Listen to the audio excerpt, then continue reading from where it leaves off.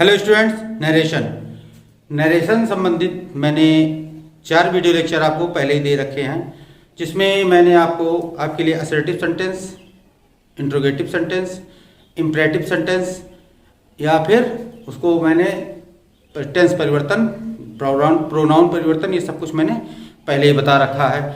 और उम्मीद है कि अभी तक आप लोगों ने उस वीडियो लेक्चर को पूरी तरह से देखकर तैयार भी कर लिया होगा। उसमें कुछ पार्ट्स बचे रह गए थे जिसको मैं अभी तक नहीं दे पाया था। तो उससे संबंधित जो उसमें इम्परेटिव सेंटेंस मैंने दिया था, उसमें इम्परेटिव सेंटेंस का अफर्मेटिव सेंटेंस ही मैंने आपको बताया था। तो आज के वीडियो लेक्चर में हम आपको इम्परेटिव सेंटेंस का निगेटिव सेंटेंस बताएंगे। और जो ये मेरा वीडियो लेक्चर पहली बार देख रहे हैं उन सभी से मैं कहना चाहूँगा, वीडियो लेक्चर को आप जाके देख लीजिए, जिसका लिंक मैं नीचे डिस्क्रिप्शन में दे दूंगा और ऊपर आई बटन पे भी उन्हें मैं लिंक कर दूंगा। Welcome to excellence classes. और आज बनाना सीखेंगे नरेशन में इम्परेटिव सेंटेंस का निगेटिव वाक्य, निगेटिव सेंटेंसेस। तो चलिए चलते अपनी क्लास की तरफ और शुरू करते हैं अपनी आज की क्लास।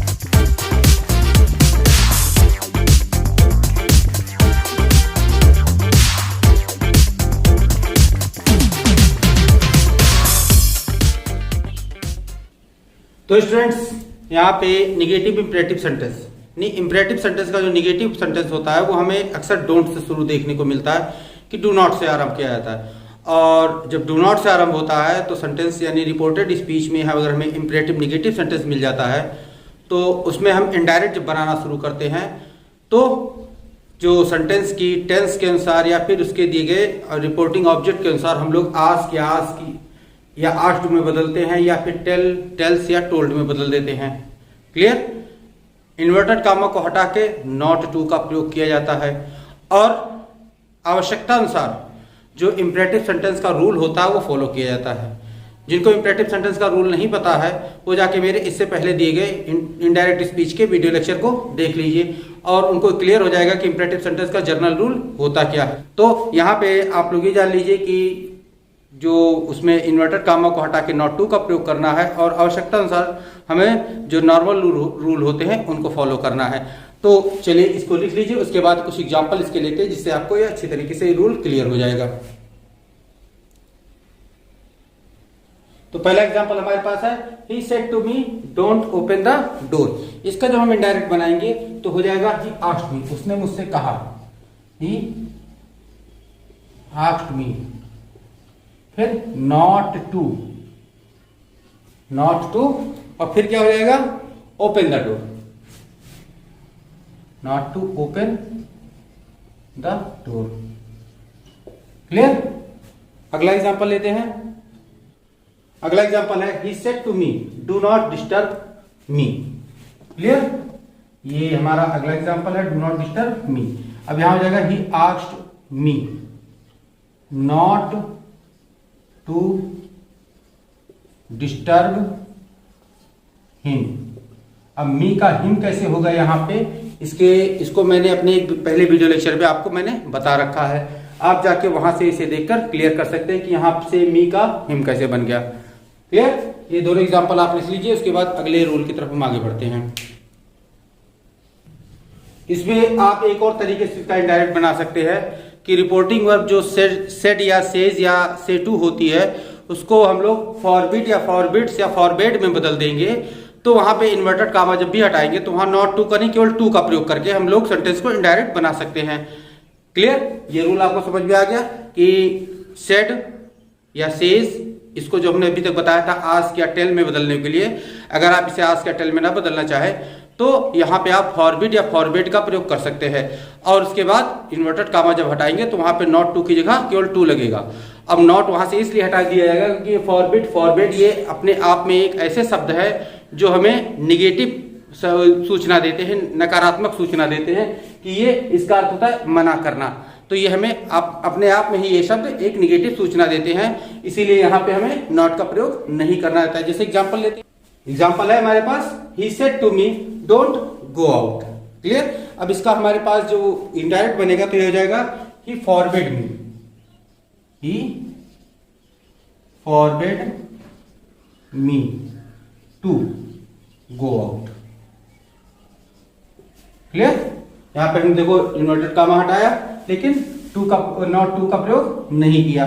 तो यहां भी forbid me to go out, उसने मुझे बाहर जाने से मना किया।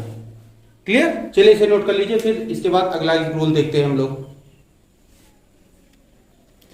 तो स्टूडेंट अगले नियम अनुसार होता है कि यदि रिपोर्टेड स्पीच में नॉट का प्रयोग नहीं हो रहा है, लेकिन उसमें कोई ऐसा वाक्य आया है जिससे पता लग रहा है कि कार्य को रोका जा रहा है, उस कार्य को करने से मना किया जा रहा है, तो वहां पे हम लोगों को करना ये रहेगा कि जब उसे इनडायरेक्ट में बदलना शुरू करेंगे तो रिपोर्टिंग वर्ब को हम लोग हटाएंगे तो, लेकिन उसकी जगह पे हम लोग प्रोहिबिट या फिर प्रिवेंट का प्रयोग करेंगे।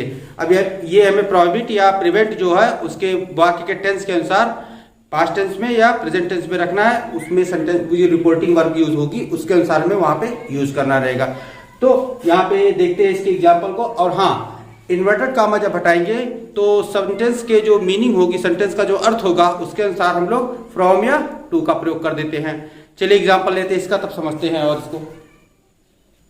तो ये एग्जाम्पल हमारे पास है, he said to his servant stop working. यहाँ पे देखिए नॉट का प्रयोग नहीं है, लेकिन कार्य को यहाँ रोका जा रहा है, इस कार्य को करने से हम मना किया जा रहा है। तो यहाँ पे इसका इनडायरेक्ट जब बनाएंगे तो ये हो जाएगा ही प्रोहिबिटेड या फिर प्रिवेंटेड। ही प्रोहिबिटेड या प्रिवेंटेड, इनमें से कोई एक शब्द आप यूज कर लेंगे। इसके बाद आ जाते हैं हम लोग फ्रॉम पे, फ्रॉम नहीं, इसके बाद आ जाते हैं हम लोग हिज सर्वेंट, और फिर फ्रॉम लगा देंगे यहाँ पे हम फ्रॉम वर्किंग। तो स्टूडेंट इस एग्जांपल का इंडायरेक्ट बनेगा he prohibited his servant from working या he prevented his servant from working. Clear? चलिए इसे नोट कीजिए आप, और उसके बाद फिर अगले एग्जांपल की तरफ चलते हैं। उम्मीद है इस एग्जांपल की सहायता से आपको ये रूल आपको समझ में आ गया होगा कि यदि रिपोर्टेड स्पीच में नॉट का प्रयोग नहीं है, लेकिन रिपोर्टेड स्पीच में ऐसा कुछ शब्द लिखा हुआ है जिससे उस सेंटेंस में होने वाले कार्य को रोका जा रहा है, तो हम लोग यहाँ पे रिपोर्टिंग वर्ब को हटाकर प्रोहिबिटेड या फिर प्रिवेंटेड का प्रयोग कर देंगे, और उसके बाद इन्वर्टेड कामा जब हटाएंगे तो सेंटेंस के अर्थ के अनुसार टू या फ्रॉम का प्रयोग करेंगे। क्लियर? चलिए इसे नोट कर लीजिए। तो स्टूडेंट्स पिछली स्लाइड में मैंने जो आपको रूल लिखाया था वो रूल थोड़ा सा मुझे टिपिकल लग रहा है कि शायद आप लोगों की समझ में ना आए, तो उससे संबंधित कुछ एक सेंटेंस स्ट्रक्चर में लिखे दे रहा हूं कि शायद इस सेंटेंस स्ट्रक्चर को देखने के बाद आपके लिए वो उस टाइप के सेंटेंस का इनडायरेक्ट बनाना आसान हो जाए। तो देखिए सेंटेंस स्ट्रक्चर क्या है। तो स्टूडेंट्स ये है हमारा इस सेंटेंस का सेंटेंस स्ट्रक्चर, जो पिछली स्लाइड में मैंने आपको रूल लिखा था उससे संबंधित सेंटेंस स्ट्रक्चर ये है कि सब्जेक्ट प्लस प्रोहिबिट या प्रोहिबिटेड, उसके बाद या प्रिवेंट या प्रिवेंटेड, कोई एक आप यूज कीजिए। उसके बाद रिपोर्टिंग ऑब्जेक्ट, जो सेंटेंस का रिपोर्टिंग ऑब्जेक्ट हो वो लिखा जाएगा। उसके बाद फ्रॉम लगाया जाएगा, फिर वर्ब की आईएनजी फॉर्म नहीं जो वर्ब उसमें दी रहेगी उसमें आईएनजी फॉर्म लगाएंगे। अब इसमें मैंने एक सेंटेंस आपके लिए लिखा है, he said to me don't sit idle. अब ये सेंटेंस कुछ ऐसा है कि ये सेंटेंस आपका सभी प्रकार से बन सकता है, यानी कि आप लोग अगर डू नॉट के प्रयोग के साथ प्रोहिबिटेड करना यूज करना चाहते हैं, प्रिवेंट यूज करना चाहते हैं, तो आपको ये भी बन जाएगा यहाँ पे। तो आप लोग देख लीजिए कैसे बनेगा। He prevented me from sitting idle, from sitting idle. ये तो हमारा जो अभी रूल मैंने लिखा है उसके अकॉर्डिंग है। इसके पहले मैंने क्या बताया था, he forbade me to sit idle, ये भी बन जाएगा हमारा। और फिर he asked me not to sit idle. ये तीनों टाइप के सेंटेंस में बन जाएगा। तो उम्मीद है कि ये चीज आपको समझ में आ गई होगी, और इसे आप नोट कर लीजिए और इसके आगे हम इसे आप नोट कर लीजिए, उसके बाद हम लोग आगे बढ़ते हैं। तो स्टूडेंट्स, अगले नियमानुसार ये होता है कि यदि इंपरेटिव सेंटेंस में रिपोर्टेड स्पीच जो हमारी होती है वो डू से आरंभ होती है और डू का प्रयोग हम लोग मेन वर्ब से पहले करते हैं, अर्थात डू का प्रयोग यदि मेन वर्ब से पहले कर दिया जाए तो वहां पे वो डू जो है मेन वर्ब पे दबाव डालने, जोर डालने का काम करता है। तो ऐसे सेंटेंस में हम लोग डू को तो हटा देते हैं और बाकी पूरे सेंटेंस को हम लोग इंपरेटिव सेंटेंस के नॉर्मल रूल जो होता है उसके अकॉर्डिंग इनडायरेक्ट में बदल देते हैं। जैसे एग्जांपल ये है कि he said to me do read the Gita. अब इसको जब हम लोग एग्जाम इनडायरेक्ट में बनाएंगे तो ही आस्क्ड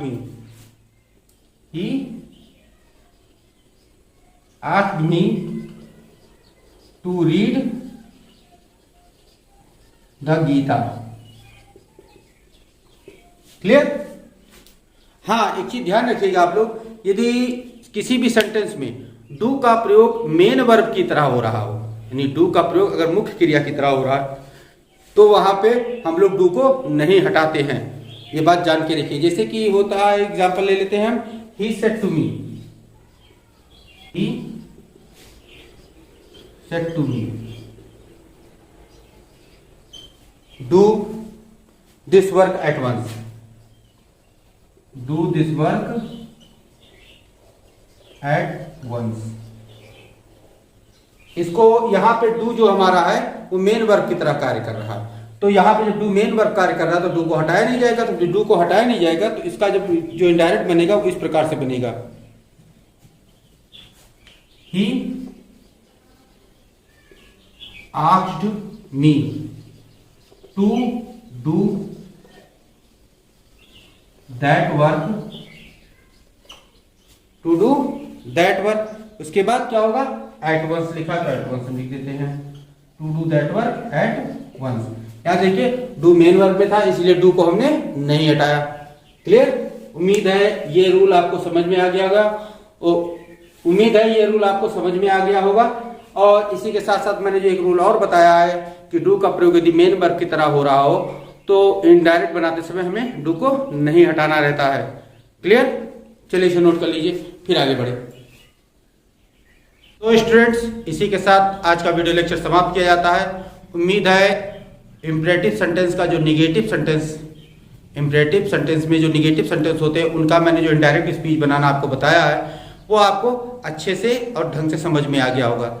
इसके बाद हम लोगों के पास 2-3 टॉपिक और बचते हैं, जिसमें एक होता है लेट का यूज, दूसरा है ऑप्टेटिव सेंटेंस का इनडायरेक्ट स्पीच और तीसरा है एक्सक्लेमेटरी सेंटेंस का इनडायरेक्ट स्पीच। तो आगे पीछे लगातार मैं और 3 वीडियो लेक्चर देकर इन सारे टॉपिक को खत्म कर दूंगा। इसी के साथ इनडायरेक्ट स्पीच का पूरा टॉपिक, पूरा चैप्टर समाप्त हो जाएगा और आप लोग उसे बहुत ही क्लियरली तैयार कर लीजिएगा क्योंकि बोर्ड परीक्षा में, जो बोर्ड परीक्षा 2022 में होने वाली है, इसमें इनडायरेक्ट स्पीच की बहुत बड़ी भूमिका होती है। पहले सेंटेंस आपको इनडायरेक्ट स्पीच का मिल जाता है और यदि ग्रामर के चैप्टर में आपको इनडायरेक्ट पहले मिला, आपको इनडायरेक्ट नहीं आता, पहला ही क्वेश्चन बिगड़ गया आपका, तो आपके लिए सारे क्वेश्चन आगे बिगड़ते चले जाएंगे। तो आप लोगों को इससे पहले मैंने 4 वीडियो लेक्चर दिए हैं जिसका लिंक मैं नीचे डिस्क्रिप्शन में दे दूंगा और उन वीडियो को ऊपर आई बटन पे भी लिंक कर दूंगा। माना पहले 2 वीडियो लेक्चर में मेरी आवाज़ कुछ कम आ रही थी, यदि आप लोग डिमांड करते हैं तो उन दोनों वीडियो लेक्चर को मैं फिर से दे दूंगा, फिर से आपके लिए शूट कर दूंगा वीडियो लेक्चर की, जिससे आपको उन दोनों वीडियो लेक्चर में समझाए गए इनडायरेक्ट स्पीच या नरेशंस के जो कुछ भी मैंने आपको बताया वो आपको क्लियरली समझ में आ जाए। अगर आप ज़्यादा कमेंट करेंगे उसके बारे में तो मैं उस दूसरे वीडियो लेक्चर को दोबारा शूट कर दूंगा। तो मेरे सभी दर्शक जो मेरे जितने भी व्यूअर्स हैं जो मेरा वीडियो लेक्चर देख रहे हैं वो लाइक कर दें। अगर उनको ये सब वीडियो लेक्चर अच्छा लगा हो तो लाइक करें और साथ ही साथ अपने दोस्तों को शेयर करते रहें।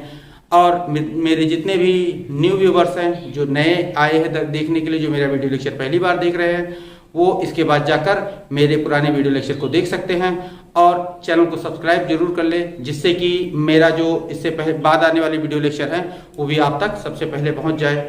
तो मिलते हैं नेक्स्ट वीडियो लेक्चर में। Till then stay tuned with our channel, keep watching, keep learning, take care, thank you and bye.